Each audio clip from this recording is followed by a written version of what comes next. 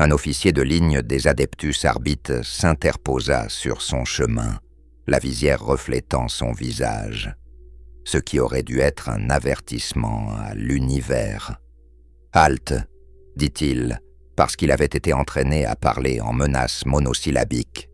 Karen s'arrêta comme si le mot « halte » était une suggestion grossière faite par un être inférieur. « Excusez-moi », dit-elle, ce qui dans son dialecte signifiait « je vais commettre de la violence en utilisant de la paperasse ». « Vous devez faire la queue », dit l'officier Arbites. « Je ne fais pas la queue », dit Karen. « Il est obligatoire de faire la queue. »« C'est charmant pour les gens qui ont le temps de rester plantés là », dit Karen, pointant vaguement vers la masse d'humanité comme s'il s'agissait d'un tapis décoratif. « J'ai un rendez-vous. »« Avec qui ?» demanda l'officier, parce qu'il était toujours amusant de demander des détails à un menteur. Karen se pencha, baissa la voix, comme si elle partageait un secret sacré. « Avec la direction. » L'officier marqua une pause.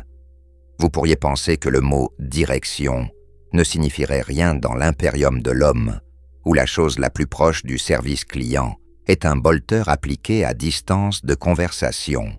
Mais la direction signifiait quelque chose. Cela signifiait l'administratum. Cela signifiait l'ecclésiarchie. Cela signifiait le munitorum.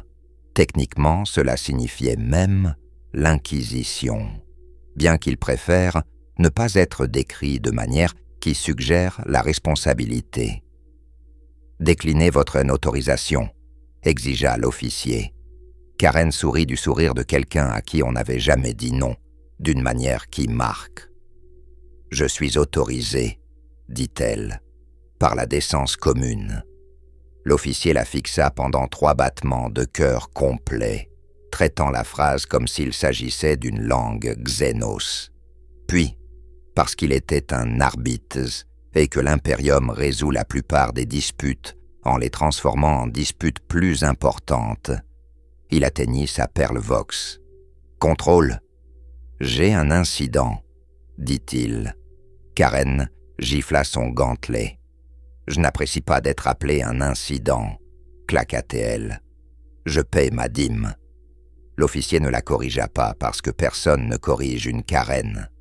Corriger une Karen, c'est comme essayer d'enseigner les bonnes manières, à table, à un carnifex. Admirable, mais vous ne survivrez pas à la leçon. Il essaya de nouveau. « Contrôle, j'ai une civile. » Karen se pencha vers son casque et parla dans le vox comme s'il s'agissait d'une boîte à réclamation.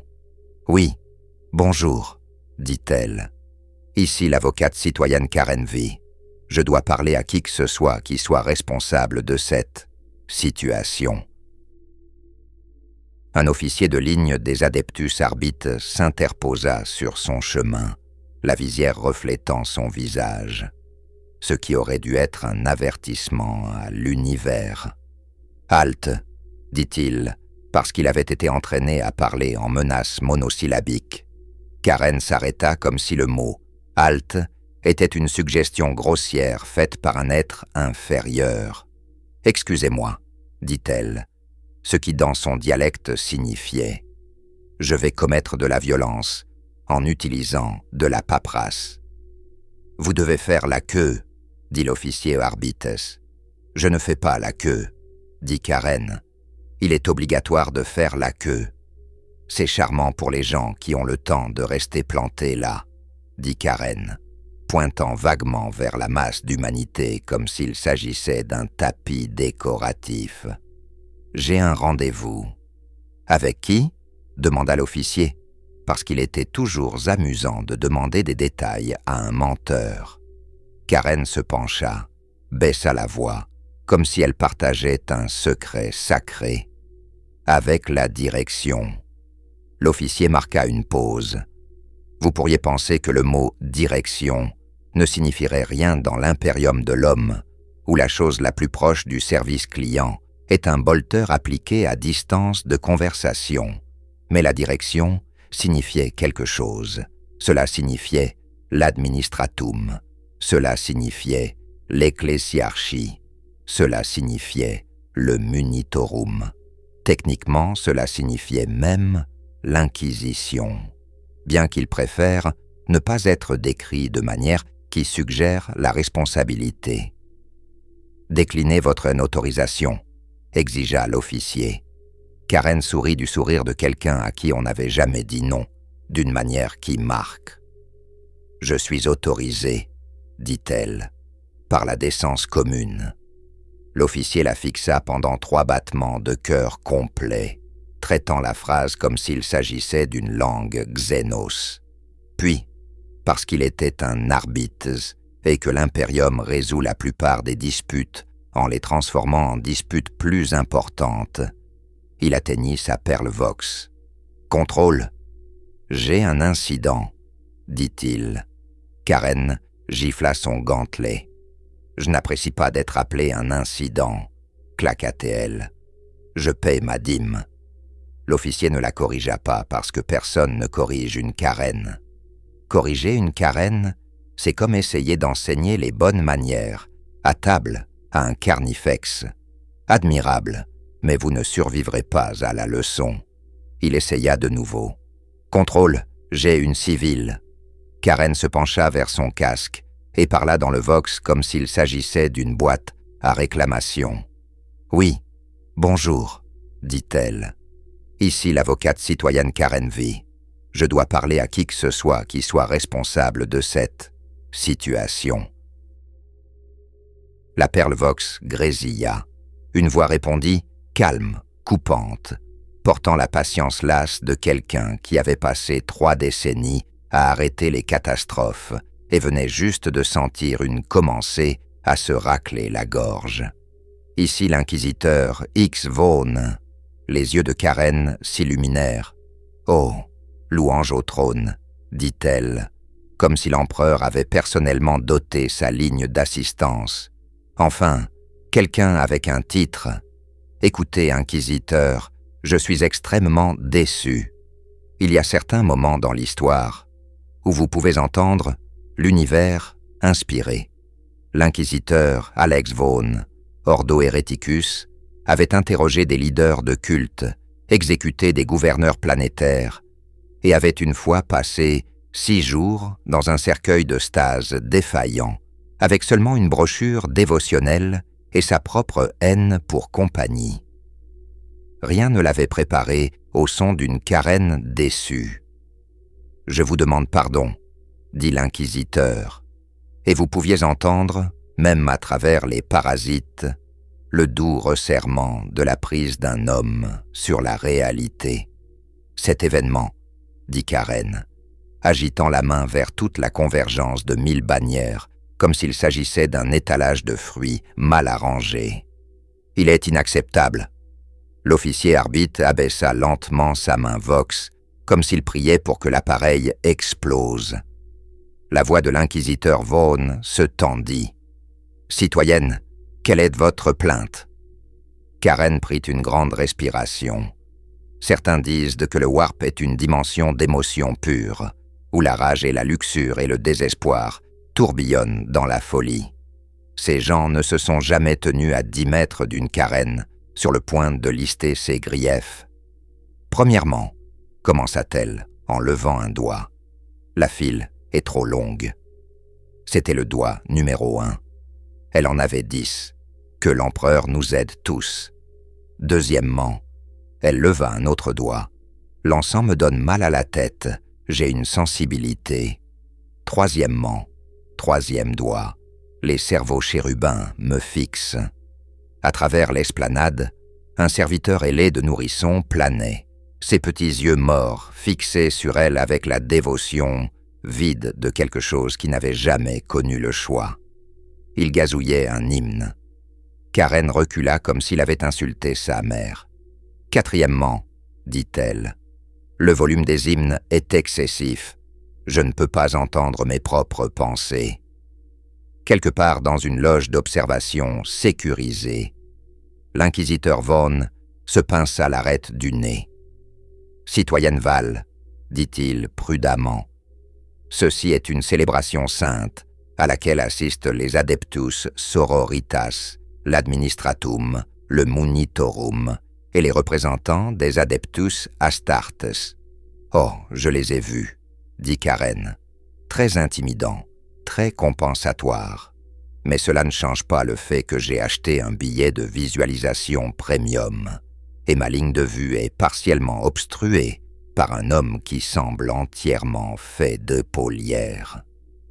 Comme s'il était invoqué par l'insulte. Un space, marine en armure écarlate, passa dans un silence solennel. Chaque pas, comme une déclaration de guerre au sol. Ses pôlerons étaient effectivement assez larges pour bloquer un petit lever de soleil. Karen pointa vers lui, comme vers un serveur, qui avait apporté la mauvaise boisson. « Vous », appela-t-elle. Le Space Marine s'arrêta. Il se tourna lentement, les lentilles du casque brillant, l'air autour de lui épais, d'une présence qui avait brisé des mondes. Karen ne broncha pas. « M'a vue », dit-elle. « Pourriez-vous vous tenir ailleurs ?» Le Space Marine ne dit rien, parce que les Space Marines ne se tiennent pas ailleurs sur demande. Ils ne se tiennent même pas ailleurs quand l'artillerie tombe près d'eux. Ils continuent simplement à être où ils sont par obstination et génétique. Karen mit ses mains sur ses hanches. « Allô ?» dit-elle plus fort.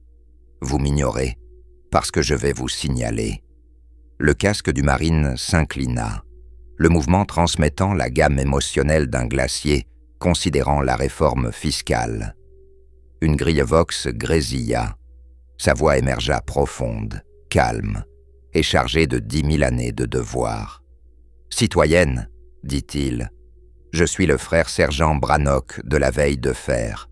J'ai tenu la porte des épines contre le démon pendant 9 jours consécutifs. J'ai vu des hommes fondre en prière. Je n'ai pas dormi depuis 30 heures. Je ne bouge pas. » Karen plissa les yeux. « Eh bien, dit-elle, ne pourriez-vous pas tenir la porte là-bas ?» L'officier Arbites fit un bruit d'étouffement. Le cerveau chérubin gazouilla de nouveau, possiblement d'horreur. La voix de l'inquisiteur Vaughn revint, portant maintenant le faible son de quelque chose frappé contre un bureau. « Citoyenne Val, dit-il, pourquoi parlez-vous sur mon canal Vox ? Parce que j'essaie de résoudre ceci comme un adulte, dit Karen, mais personne ici ne coopère. Donc j'ai besoin de parler à votre manager. » Et c'était vraiment le moment où les choses cessèrent d'être simplement ridicules et devinrent professionnellement dangereuses. L'inquisiteur, Vaughn, était au sens le plus strict responsable seulement devant l'empereur, ce qui signifiait qu'il n'était responsable devant personne du tout. L'idée qu'il avait un manager n'était pas seulement insultante. Elle était hérétique, d'une manière qui goûtait faiblement la paperasse. « Vous voulez parler à... » répéta Vaughn, comme s'il goûtait la phrase comme de la masec avariée. « Oui, » dit Karen triomphalement. « À la personne responsable, celle qui prend les décisions, celle qui peut arranger ceci. » L'inquisiteur Vaughn considéra plusieurs réponses possibles, incluant l'exécution, l'effacement de mémoire, l'exil vers une légion pénale, prétendre que la perle Vox était morte et fuir la planète.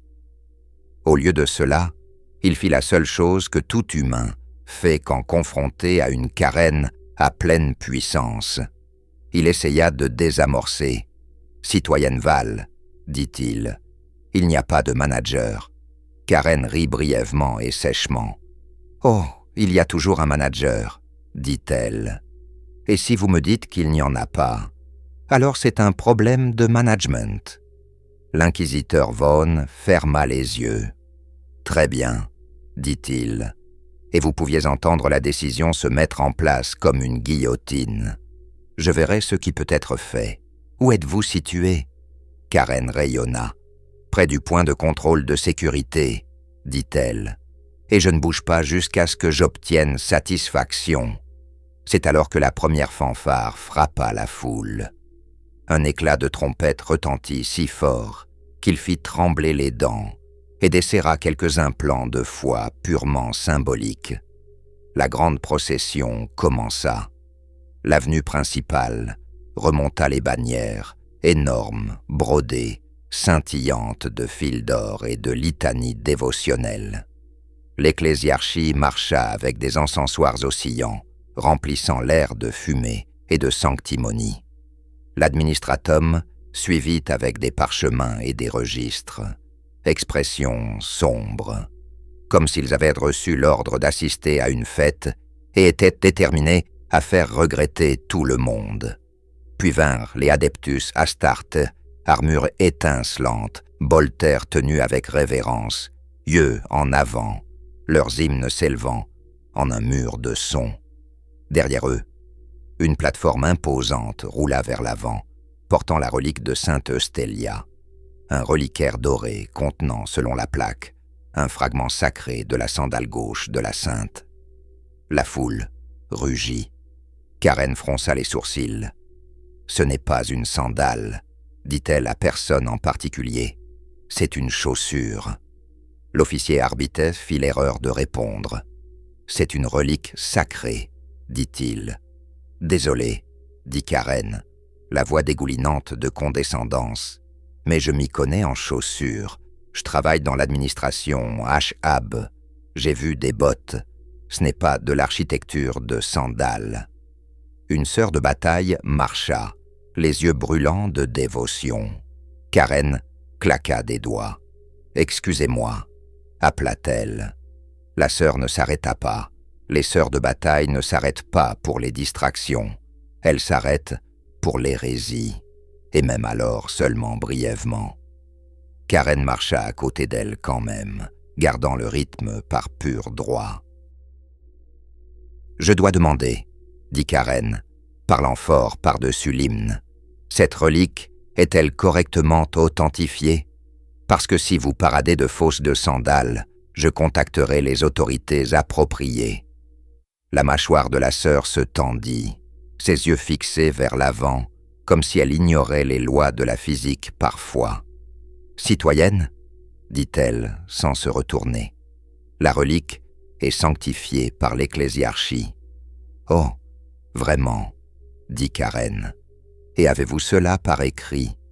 La main de la sœur se contracta autour de son bolteur. « Je l'ai dans la foi. » Karen renifla. « Eh bien, j'ai une amie dans l'approvisionnement, dit-elle, comme si c'était plus puissant que la foi elle-même. Et elle dit qu'on peut faire produire ces reliquaires en masse dans les niveaux inférieurs. » La sœur s'arrêta. Toute la ligne de sœurs s'arrêta avec elle parce que la discipline est une chaîne. Et le premier maillon venait d'être tiré par une femme se plaignant de sandales. L'hymne faiblit. Le rugissement de la foule se transforma en murmure confus. La sœur se tourna lentement pour faire face à Karen. Karen sourit comme si elle avait gagné. Il y eut une pause assez longue pour faire pousser une barbe. Puis la sœur dit « Citoyenne, accusez-vous l'Église de fraude ?» Karen leva le menton.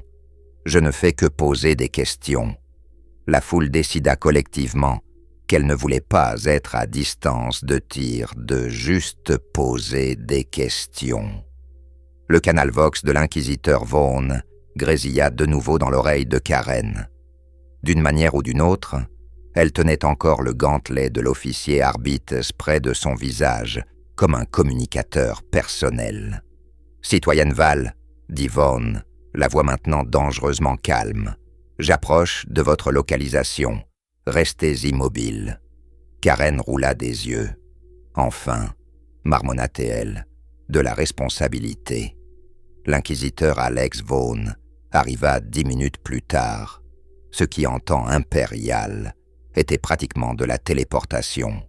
Il émergea de la foule avec 2 soldats de choc à ses flancs, manteau immaculé, rosette brillante, expression taillée dans la même pierre qu'ils utilisent pour faire les panneaux d'avertissement.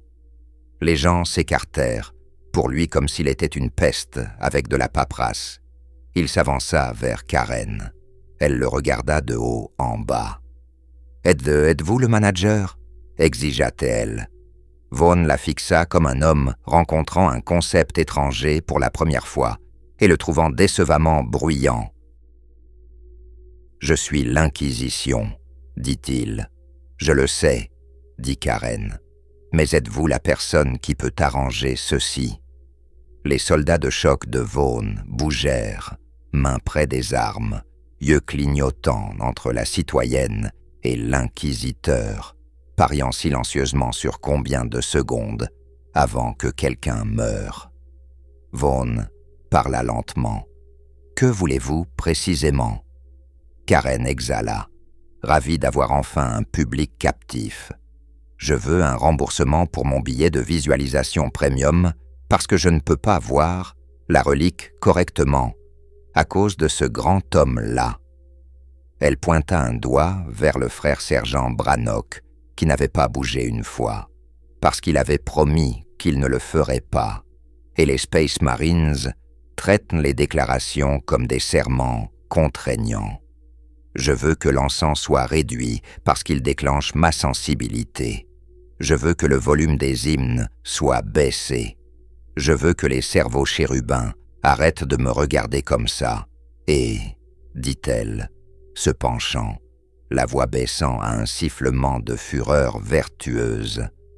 Je veux savoir pourquoi le dévoilement du goût de barre de ration est programmé après la 3e bénédiction, au lieu d'avant, parce que j'ai des plans. Vaughn cligna des yeux. Il avait affronté des hordes de démons. Il avait regardé dans des failles du warp. Il avait une fois vu le sourire d'un clerc administratif. Rien ne l'avait préparé à une plainte sur la planification. « Vous avez des plans », répéta-t-il. « Oui, » dit Karen comme si elle parlait à un enfant. « Je ne peux pas rester ici toute la journée. Certains d'entre nous ont des responsabilités. » La mâchoire de Vaughn se tendit. Il aurait pu finir ceci. Il aurait pu claquer des doigts et la faire escorter, étiquetée comme perturbatrice, et la nourrir dans un système conçu pour faire disparaître les gens tranquillement. Mais voici la chose à propos de l'Imperium. Il fonctionne sur la peur, la dévotion et les formulaires. Et Karen fonctionnait sur les formulaires. « J'exige, dit-elle, tirant une ardoise de données de son sac à main comme une arme, de déposer une plainte officielle. » Un des soldats de choc inspira brusquement, parce que rien dans son entraînement n'avait couvert cela. Vaughn dit « Citoyenne, il y a une procédure. »« Oh, excellent, » dit Karen. « J'adore les procédures. » Elle tapota son ardoise de données, faisant apparaître un document de plainte pré-rempli avec la vitesse de quelqu'un qui avait passé des années à militariser la bureaucratie. « J'ai déjà commencé. J'ai juste besoin du bon département. J'assume que vous avez une division des relations clients. » Le visage de Vaughn tressaillit. « L'Imperium n'a pas de relations clients, » dit-il. Karen eut l'air vraiment choquée. « Eh bien, cela explique tout. » Et puis elle fit la deuxième chose qui condamna une formation de parade entière et 3 départements de l'administratum. Elle déposa la plainte quand même. Elle frappa son stylus contre l'écran et dit « Voilà, soumis. » Les yeux de Vaughn se rétrécirent. « À qui ?» dit-il très prudemment. « Avez-vous soumis cela ?» Karen sourit brillamment et confiamment. « J'ai sélectionné la correspondance la plus proche. » Elle dit « Adeptus Munitorium ». Il disait « Fourniture, distribution, morale. » C'est un problème de morale et aussi un problème de fourniture parce que j'ai payé pour une visualisation premium. Les lèvres de Vaughn s'entr'ouvrirent. C'était le moment où son âme quitta son corps, fit le tour du pâté de maison et considéra une carrière plus tranquille dans la fabrication d'amidon de cadavres.